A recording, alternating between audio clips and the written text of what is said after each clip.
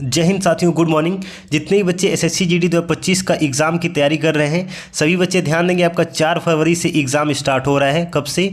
4 फरवरी से। तो जितने लोगों का 4 तारीख को पेपर है उनका एडमिट कार्ड अभी अवेलेबल कर दिया गया है। वो लोग जाके अपना एडमिट कार्ड डाउनलोड कर लीजिए और सब कुछ अपना वहाँ पे चेक कर लीजिए। आपका एग्ज़ाम का टाइमिंग क्या है, सेंटर क्या है, शिफ्ट कौन सा है। एडमिट कार्ड आपका अवेलेबल हो गया तो जाके उसको डाउनलोड कर लीजिए। आज के पेपर में साथ ही हम हिंदी का पेपर नंबर 25 डिस्कशन करने वाले हैं, जो कि बहुत ही ज़्यादा महत्वपूर्ण प्रश्न आपका होने वाला है। यह एग्जाम में कई बार रिपीटेड क्वेश्चन है, जिसमें हम टोटल 25 प्रश्न का डिस्कशन करेंगे। आपको सभी प्रश्न का कमेंट में राइट आंसर करते हुए चलना है। तो जितने बच्चे सेशन को देख रहे हैं एक बार जल्दी से सेशन को लाइक करके अपने सभी साथियों के पास शेयर कर दीजिए जो एसएससी जीडी की तैयारी कर रहे हैं, ताकि सभी बच्चे जल्दी से क्लास में जुड़ जाएं। तो चलिए बच्चों, आज का हिंदी का क्वेश्चन नंबर फर्स्ट देखते हैं। चलिए, क्वेश्चन नंबर फर्स्ट क्या कह रहा है, ध्यान देंगे। प्रत्येक क्वेश्चन के लिए आपको क्वेश्चन को पढ़ने के बाद मात्र 10 सेकंड का समय दिया जाएगा। चलिए, क्वेश्चन नंबर फर्स्ट, निरक्षर शब्द का विलोम क्या होगा? साक्षर, अनपढ़, सचर या फिर महान?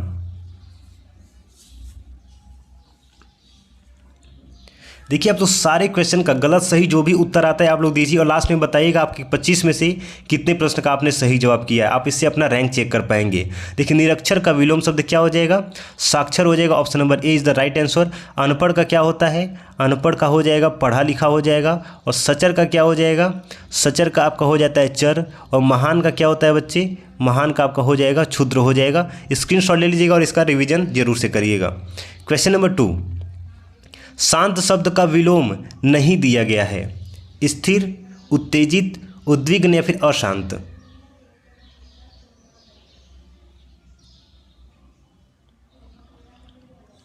देखिए, शांत शब्द का विलोम आपका नहीं दिया गया ये पूछ रहा है। देखिए, क्वेश्चन थोड़ा घुमा के दिया है। तो उत्तेजित, अद्विग्न और शांत, ये तीनों आपका शांत का विलोम शब्द है, लेकिन स्थिर आपका शांत का विलोम शब्द नहीं है, यह अस्थिर का विलोम शब्द है। किसका? अस्थिर का विलोम शब्द है। क्वेश्चन नंबर 3, विभाकर शब्द के उचित पर्यायवाची शब्द का चयन कीजिए। शशि, नभ, बादल या फिर सूर्य?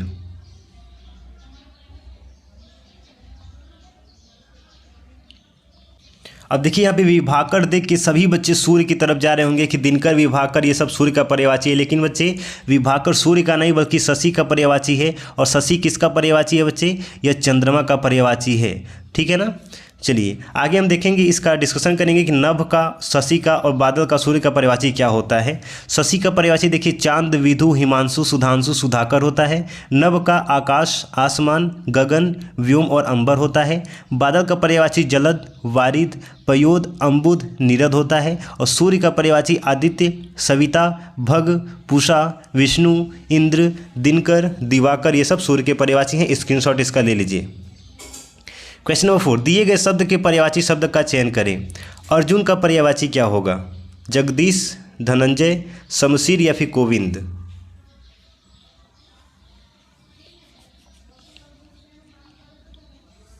अर्जुन का पर्यायवाची ऑप्शन नंबर बी हो जाएगा, धनंजय हो जाएगा। बाकी जगदीश का पर्यायवाची क्या होता है? भगवान होता है, प्रभु, परमेश्वर। शमशीर का पर्यायवाची असी, कृपाण, करवाल, तलवार होता है। गोविंद का पर्यायवाची विद्वान, पंडित, मनीषी और सुविज्ञ होता है। गोविंद का पर्यायवाची आपका कई बार पूछा गया है, ध्यान रखेंगे। क्वेश्चन नंबर 5, छंद का सर्वप्रथम उल्लेख कहाँ मिलता है? ऋग्वेद, यजुर्वेद, सामवेद या फिर उपनिषद?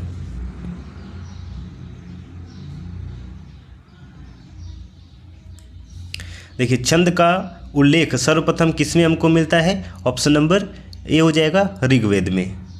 क्वेश्चन नंबर 6, एक बार सभी साथी सेशन को लाइक करके एक बार जल्दी से सभी लोग शेयर कर देंगे। क्वेश्चन नंबर 7, नीचे दिए गए शब्द के लिए उचित वाक्यांश दिए गए विकल्प में से चुनिए। अभूतपूर्व का अर्थ क्या होता है? जो किसी पर अभियोग लगाए, जिस पर अभियोग लगाया गया हो, जो पहले घटित न हुआ हो या फिर जो भेदा न जा सके। भूतपूर्व मतलब जो पहले घटित न हुआ हो, और जो पहले घटित हो गया उसको क्या बोलेंगे? भूतपूर्व बोलेंगे। चलिए, क्वेश्चन नंबर 8, जिस छंद के पहले तथा तीसरे चरणों में 13-13 और दूसरे तथा चौथे चरणों में 11-11 मात्राएं होती हैं, वह छंद क्या कहलाता है? रोला, चौपाई, कुंडलिया या फिर दोहा?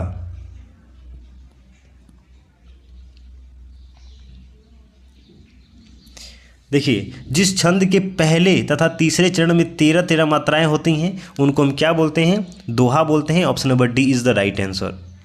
क्वेश्चन नंबर 9, नहीं पराग नहीं मधुर मधु, नहीं विकास यही काल, अली कली में ही बंधियो, आगे कौन हवाल। प्रस्तुत पंक्तियों में कौन सा छंद है?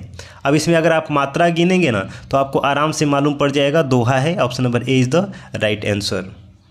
क्वेश्चन नंबर 10, निम्नलिखित मुहावरे के उचित अर्थ का चयन कीजिए। अपना किया पाने का क्या अर्थ होता है? कर्म का फल भोगना, कुछ न करना, कम काम करना या फिर अपनी वस्तु पाना।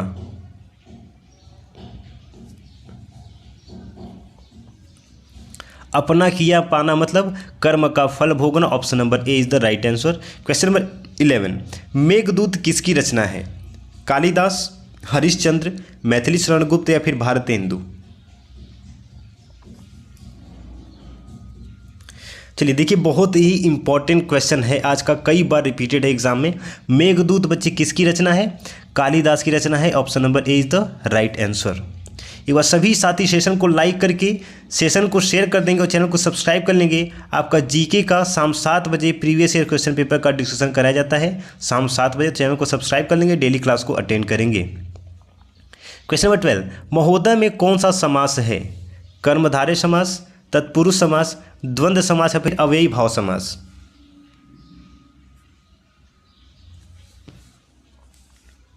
देखिए, महोदय का अगर हम संधि विच्छेद करेंगे तो कहाँ क्या हो जाएगा? महा धन उदय हो जाएगा। और महोदय में कौन सी संधि है? तो याद रखेंगे, इसमें गुण स्वर संधि है। कौन सा? गुण स्वर संधि है। और इसमें कौन सा समास है? तो तत्पुरुष समास है। Option number B is the right answer. Question number 13, निम्नलिखित में कौन सा शब्द सागर का पर्यायवाची नहीं है? अंबुधि, रत्नाकर, वारिस या फिर निर्जर।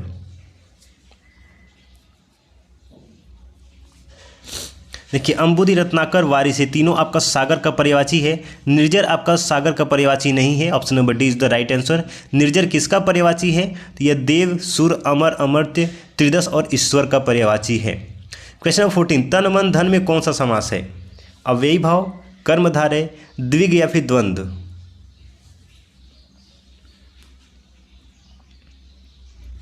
देखिए, तन मन धन इसमें द्वंद्व समास है। ऑप्शन नंबर डी आपका सही जवाब हो जाएगा। क्वेश्चन नंबर 15, रुचि का विशेषण निम्नांकित में कौन सा है? रुचि, रुचिका, रुचिकर या फिर कोई नहीं।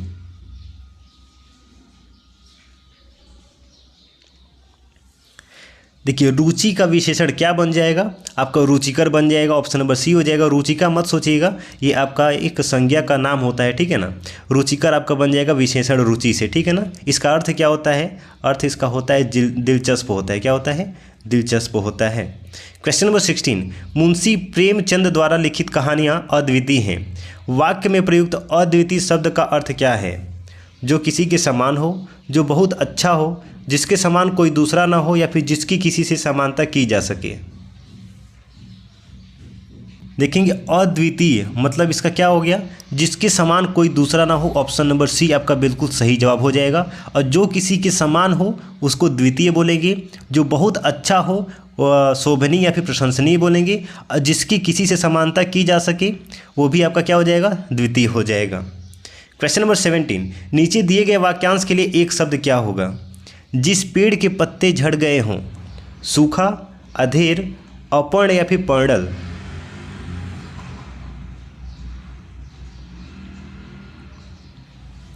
देखिए, जिस पेड़ के पत्ते झड़ गए हों उसको क्या बोलेंगे? अपर्ण बोलेंगे। Option number C is the right answer. अधेर किसको बोलते हैं बच्चे? ढलती उम्र को बोलते हैं। किसको बोलते हैं? ढलती उम्र को अधेर बोलते हैं। और पड़ेल किसको बोलते हैं बच्चे? जिस पेड़ पे ज़्यादा पत्ते हों यानी कि घने हों उनको पड़ल बोलते हैं। क्वेश्चन नंबर 18, वीर गाथा काल के सर्वश्रेष्ठ कवि माने जाते हैं। चंद्रबर डाई, जगनिक, दलपति विजय या फिर विद्यापति।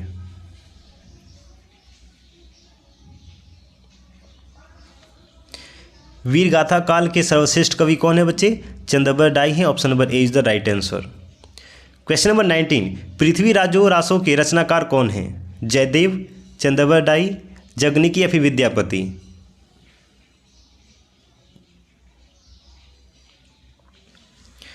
पृथ्वीराज रासो के रचनाकार चंद्रबरदाई हैं। Option number B is the right answer. एक बार सभी साथी सेशन को लाइक करके शेयर कर देंगे और चैनल को सब्सक्राइब कर लेंगे।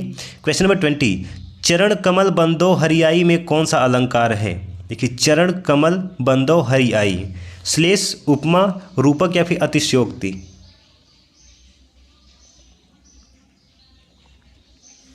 ऑप्शन नंबर सी हो जाएगा, इसमें रूपक अलंकार है। क्वेश्चन नंबर 21, निम्न में से किस शब्द में प्रत्यय लगा हुआ है?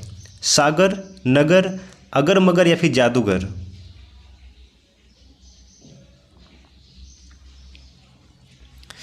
देखिए, ये आपका जो जादू होता है ना, कौन करता है? जादूगर करता है। तो ऑप्शन नंबर डी आपका सही जवाब हो जाएगा। इसमें कौन सा प्रत्यय लगा हुआ है? गर प्रत्यय लगा हुआ है। Option number D is the right answer. Question number 22, व्यवस्था से पूर्व कौन सा उपसर्ग लगाएं कि उसका अर्थ विपरीत हो जाए? अ, आ, अप या फिर परी? एक तरीके से देखा जाए तो व्यवस्था का विलोम शब्द पूछ रहा है, तो अ लगाएंगे तो अव्यवस्था हो जाएगा। यहाँ पे अ उपसर्ग लगा है, अव्यवस्था हो जाएगा। क्वेश्चन नंबर 23, ऋषि का स्त्रीलिंग रूप क्या है? ऋषिणी, ऋषि पत्नी, ऋषिका या फिर ऋषि?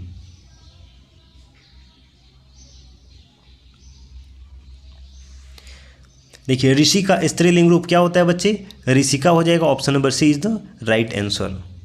क्वेश्चन नंबर 24, हिंदी में शब्दों का लिंग निर्धारण होता है क्रिया के द्वारा, संज्ञा के द्वारा, कारक के द्वारा या फिर सर्वनाम के द्वारा?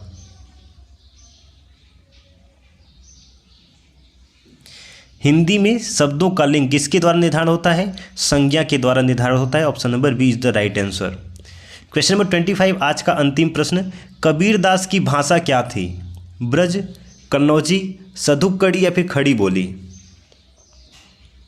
और सभी बच्चे बताएंगे। हमने यहाँ पे टोटल 25 प्रश्न का डिस्कशन किया है। आपने 25 में से कितने प्रश्न का राइट आंसर किया है? सभी लोग कमेंट में लिख के बताएंगे, सर मैंने 25 में से इतने प्रश्न का सही जवाब दिया है। तो बच्चे, कबीरदास की भाषा क्या थी? ऑप्शन नंबर सी हो जाएगा, सधुक्कड़ी थी। सभी साथी चैनल को सब्सक्राइब कर लेंगे। डेली यहाँ पे जीके और हिंदी का the most important previous year exam में पूछे गए प्रश्न का डिस्कशन कराया जा रहा है। मिलते हैं साथी नए सेशन में। जय हिंद, वंदे मातरम।